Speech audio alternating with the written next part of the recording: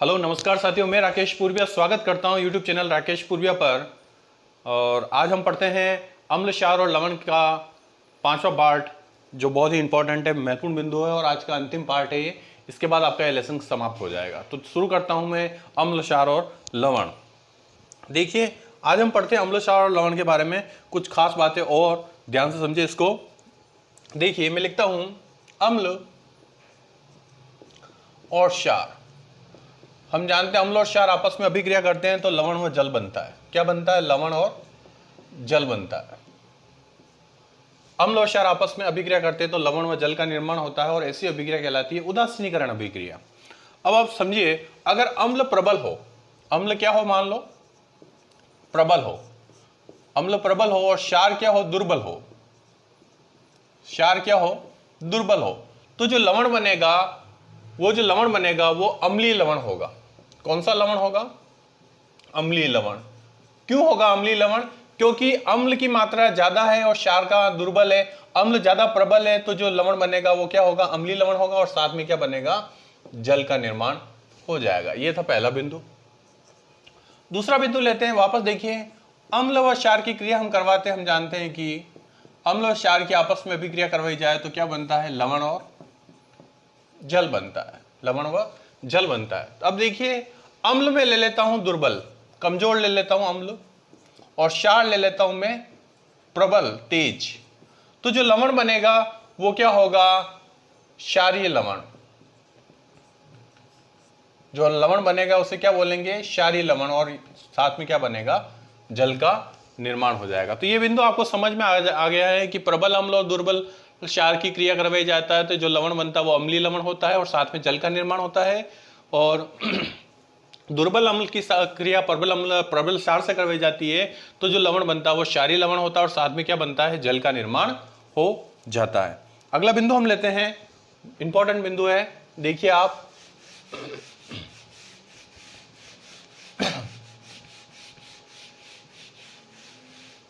मैं एक लवण की बात करता हूं जो कि घरों में यूज किया जाता है, NaCl खाने के रूप में यूज किया जाता है, जिसको बोलते हैं साधारण नमक। साधारण नमक कहते हैं इसको, या फिर बोलते हैं सोडियम क्लोराइड। सोडियम क्लोराइड कहा जाता है इसे। इसे क्या कहा जाता है? सोडियम क्लोराइड कहा जाता है। साधारण नमक सोडियम क्लोराइड कहा जाता है। अब आप इसके बारे में बताऊंगा कि ये साधारण जो नमक होता है वो बनता कैसे है। सबसे पहले तो इसकी अभिक्रिया समझ लेते हैं कि साधारण नमक का निर्माण कैसे होता है। तो पहला बिंदु हम समझते हैं, साधारण नमक का निर्माण कैसे होता है, समझिए इसको। हम सोडियम हाइड्रोक्साइड लेंगे, NaOH लेंगे, इसकी क्रिया हम HCl से करवाएंगे, हाइड्रोक्लोरिक अम्ल से करवाएंगे। सोडियम हाइड्रोक्साइड की क्रिया हम HCl से करवाएंगे। तो देखिए, Na पॉजिटिव होता है, OH नेगेटिव होता है, H पॉजिटिव होता है, Cl माइनस होता है, प्लस माइनस के साथ क्रिया करेगा तो NaCl का निर्माण हो जाएगा, और ये प्लस इस OH से क्रिया करेगा तो साथ में क्या बन जाएगा? जल। ये अभिक्रिया उदासीनीकरण की अभिक्रिया, और इस अभिक्रिया में किसका निर्माण हो रहा है? नमक का निर्माण हो रहा है, जिसको बोलते हैं हम सोडियम क्लोराइड, या कच्चा नमक भी कहते हैं इसको, खनिज नमक भी कहते हैं। सोडियम क्लोराइड का निर्माण हो रहा है। तो अब इस साधारण नमक से विभिन्न प्रकार के उत्पाद भी बनाए जाते हैं। तो ध्यान दीजिए, साधारण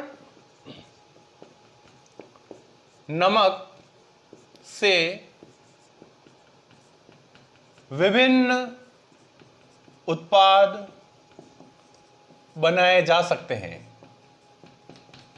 साधारण नमक से क्या किया जा सकता है? विभिन्न प्रकार के उत्पाद इससे बनाए जा सकते हैं। तो नमक से अब हम कौन कौन से उत्पाद बना सकते हैं उसको हम विस्तार से चर्चा करेंगे।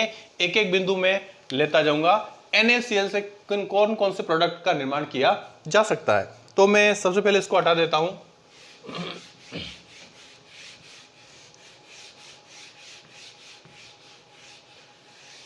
सबसे पहले हम पढ़ते हैं NaOH प्राप्त करते हैं सोडियम हाइड्रोक्साइड।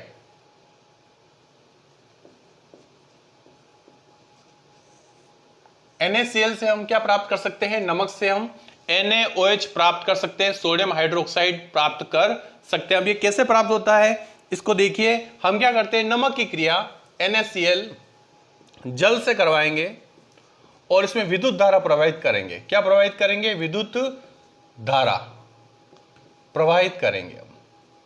हम जब विद्युत धारा इसमें प्रवाहित करेंगे तो क्या निर्माण हो जाएगा? NaOH का निर्माण होगा, साथ में क्लोरीन गैस का निर्माण होगा और साथ में हाइड्रोजन गैस का निर्माण हो जाएगा। समझिए, नमक की क्रिया जब पानी के साथ करवाई जाती है और विद्युत धारा प्रवाहित की जाती है तो सोडियम हाइड्रोक्साइड का निर्माण होता है, साथ में क्लोरीन गैस का निर्माण होता है और साथ में हाइड्रोजन गैस का निर्माण हो जाता है। देखिए, सोडियम हाइड्रोक्साइड हमें प्राप्त हो गया।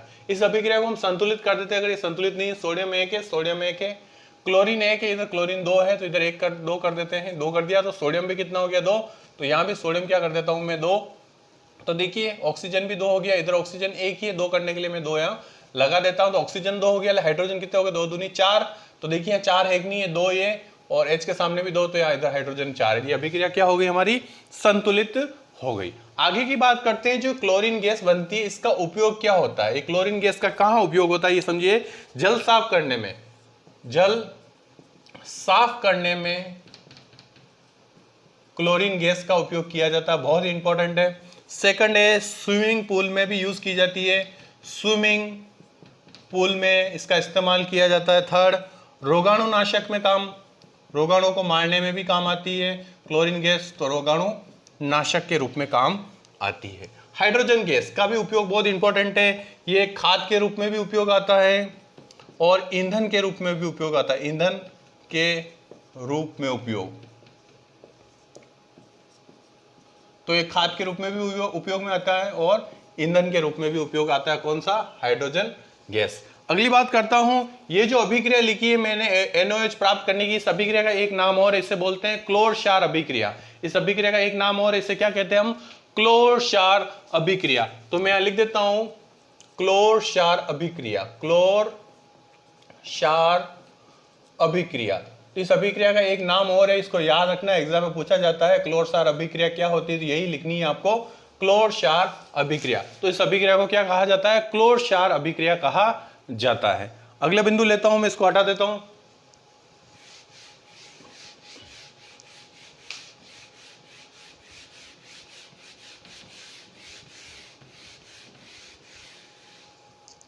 देखिए स्टूडेंट, अगला लेता हूं मैं सेकंड, CaOCl2 विरंजक चूर्ण का निर्माण करेंगे। इसको बोलते हैं विरंजक चूर्ण। इसका फॉर्मूला एग्जाम में बार बार पूछा जाता है, जरूर याद कर ले। विरंजक चूर्ण का फॉर्मूला होता है CaOCl2 विरंजक चूर्ण। अब हम इसका निर्माण कैसे होता है यही हम समझेंगे। तो मैंने अभी आपको बताया हम नमक से विभिन्न प्रकार के उत्पाद तैयार कर रहे हैं, तो इसको भी हम नमक से ही प्राप्त करेंगे। किसको? CaOCl2 को। लेकिन ध्यान दीजिए, ये जो पदार्थ है वो नमक से प्राप्त नहीं होगा, दूसरे पदार्थ से प्राप्त होगा। बुझा हुआ चूना लेंगे हम। क्या लेंगे? बुझा हुआ चूना। तो बहुत इंपॉर्टेंट है, मोस्ट इंपॉर्टेंट है, ये मैं बता देता हूं, मोस्ट इंपॉर्टेंट है। कैसे प्राप्त किया जाएगा CaOCl2 विरंजक चूर्ण? इसको आप ध्यान से समझिए। हम लेंगे कैल्शियम हाइड्रोक्साइड, बुझा हुआ चूना, इसको बोलते हैं बुझा हुआ चूना, कैल्शियम हाइड्रोक्साइड बुझा हुआ चूना। इसकी क्रिया हम क्लोरीन गैस से करवाएंगे। जो क्लोरीन गैस हमें प्राप्त हुई उससे करवा सकते हैं, और करवाने पर हमें प्राप्त होगा CaOCl2 विरंजक चूर्ण प्राप्त होगा। क्या प्राप्त होगा? विरंजक चूर्ण। क्या प्राप्त हो जाएगा? हमें विरंजक चूर्ण प्राप्त हो जाएगा और साथ में जल बाहर निकल जाएगा। तो ये जो अभिक्रिया है विरंजक चूर्ण प्राप्त करने की अभिक्रिया, देख लेते हैं संतुलित है नहीं है, चेक कर लेते हैं हम। Ca के इधर भी Ca के, ऑक्सीजन यहाँ 2 है, इधर ऑक्सीजन 1 और 1 2 है, हाइड्रोजन भी 2 है, तो उधर भी हाइड्रोजन 2 है, क्लोरीन 2 है, क्लोरीन 2 है। अभिक्रिया क्या है हमारी? संतुलित है। तो ध्यान दीजिए, अब ये जो विरंजक चूर्ण इसका उपयोग कहाँ किया जाता है? ये बहुत इंपॉर्टेंट है। कपड़ों के विरंजन में इसका उपयोग किया जाता है।